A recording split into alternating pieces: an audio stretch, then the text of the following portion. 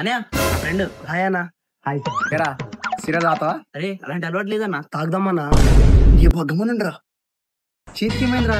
నిన్న పక్కింటి గోడ దుక్కి పరిగే ప్రాసెస్ లో తాకిందన్న. నువ్వెందుకు వాళ్ళ కూడా దూకి పరిగెత్తావు? అంటే దొరకకుండా ఉంటాను. ఎందుకు?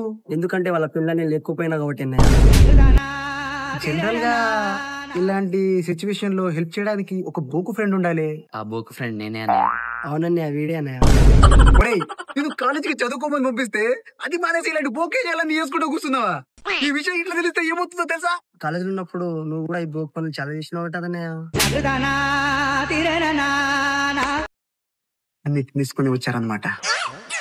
ఇప్పుడు నేను ఏం చేయమంటావరా? ఇలా శోభనానికి ముహూర్తం పెట్టించమంటావా? అన్నా అన్నా పెద్దోడి కాబట్టి పెద్ద మనసు చేసుకొని నువ్వే వీళ్ళ పెళ్లి చేయాలను. నేను మరీ అంత ఎదలా కనిపిస్తున్నారా మీ కళ్ళకి? ఓ మాదిరిగా ఒకటి కనపడలేదా? జాతరలో మేఘం భరించినట్టు భరిద్దాం అనుకున్నారా మీరు ఇద్దరు?